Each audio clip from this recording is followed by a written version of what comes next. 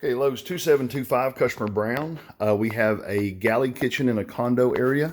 Want to go over what's here and what is staying, and then also what we're changing up. So first of all, the appliances sizes are staying. This is a 36-inch by 68.5-inch side-by-side refrigerator. That one's staying. The stove is still going to be a 30-inch freestanding, probably a new stove, but it's still going to be the same size. We are going to go to an over-the-range microwave here, so that means we're going to be adding a plug in the cabinet above that area. We did talk about this being up to the ceiling. Right now you've got a 96.5-inch ceiling. You actually have a little bit taller. He's got a stained floor, concrete floor for the flooring in the room. So that's actually going to give you quite a bit more space above. That means he wants to go with that standard square corner blocking as the top molding for these cabinets. And for that being said, what's here now is actually just a little OG edge block that's on the edge of that, but he wants it to be as a very modern slab drawer front and door front. So we want to change that to an eased mission style blocking. We don't want it to be any kind of a frou-frou edge or anything to it, just kind of an eased edge or a square edge.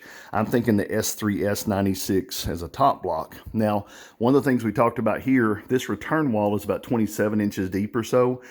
So when we're looking at this upper cabinet, he would like to see that cabinet come forward. I showed him a couple of videos and left him links to those so he can show you. Like to see that cabinet come forward to be usable. Make it forward. That means you're also going to have a finished end on this end, not against the wall, but flush on this end. Also, we need 38 inches of space here minimum, and we're going to be able to get that here in a minute. I'll show you how, because right now this thing's put in with butter and a shoehorn, so it barely fits in the opening. This is a 13-inch cabinet now. That's a 13-inch cabinet. These were just built, to spec for the actual spacing of the house back when the house was built. So no footprint in the floor, so we can do these as 12s. Still need to be 1 inch off the wall here, 1 inch off the wall, or 3/4 off the wall there. This will slide over slightly, but this will give us the extra room we need here for the actual fridge to fit into the opening.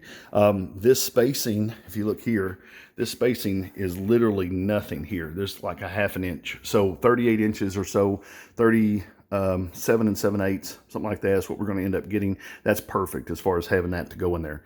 Now, on this side here, everything else is going to be the same. Let's turn and go to look at the sink area. So in the sink area, the actual plumbing under here, let me give you a quick look, has a huge pipe for the dishwasher ran backwards. See that? Then you've got the hot and cold valves here on the sides, and the PVC drains come out of the wall. Now, all of that's fine. The PVC is perfect. It's just that here on the bottom, those valves are 20-something years old, 22 years old. And because of that, that is not going to work as far as the actual turning them off and them going to hold pressure. So we recommend it to the customer to go ahead and get that taken apart, replaced with extension nipples. 8 to 10 inch long extensions, because if you look, that's all the way down to the bottom of the floor. And for us to be able to put new cabinets in and have a nice clean small opening, those just need to be sweated off of the 1/2 inch copper, and then 1/2 inch copper extensions, like 7-8 inch long extensions, added to it. That way, whenever they come back, they can add the valves on the top and everything be a clean installation inside the cabinet instead of having to cut a bunch of stuff up for the plumbing.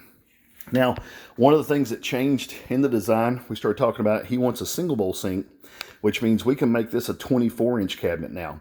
And we really need that because we really don't have any place in this room to put pots and pans. These little 12-inch cabinets over here are not going to hold a lot of pots and pans. So if we leave this as a 24-inch cabinet here on the left-hand side, that's going to give him plenty of rooms for larger pots, colanders, stuff like that. And then that's a 1-inch filler against the left wall, 30-inch sink base, 24-inch dishwasher, 12-inch cabinet, and another 3/4 inch and a half or so right here on the right-hand side. So that's how that will lay out on the bottom. Now, conversely, up here on the top, the upper cabinets are a part of a peninsula bridge that's here now. And if you look, there's actually a bolt. That's just an all thread with a washer and a bolt that comes down out of the ceiling. They put a little decorative pretty on it, you can't see the threads.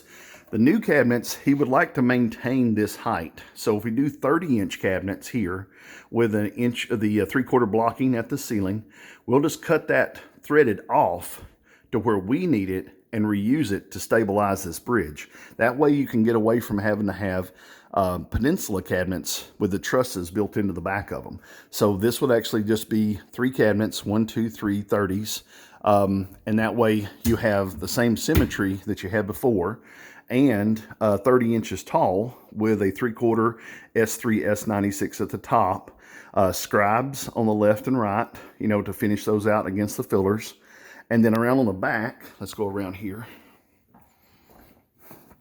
Around on the back, this would just be paneled, similar to what was there before, all the way to the ceiling. We won't do the blocking up here at the top. We would just do scribe. So you'd have scribe left, right, top, and bottom. Outside corner molding here. Take the 4x8 sheet and wrap the rest of it. There's going to be 18 inches out of 48 left. Wrap the rest of it underneath to be able to get a finished bottom.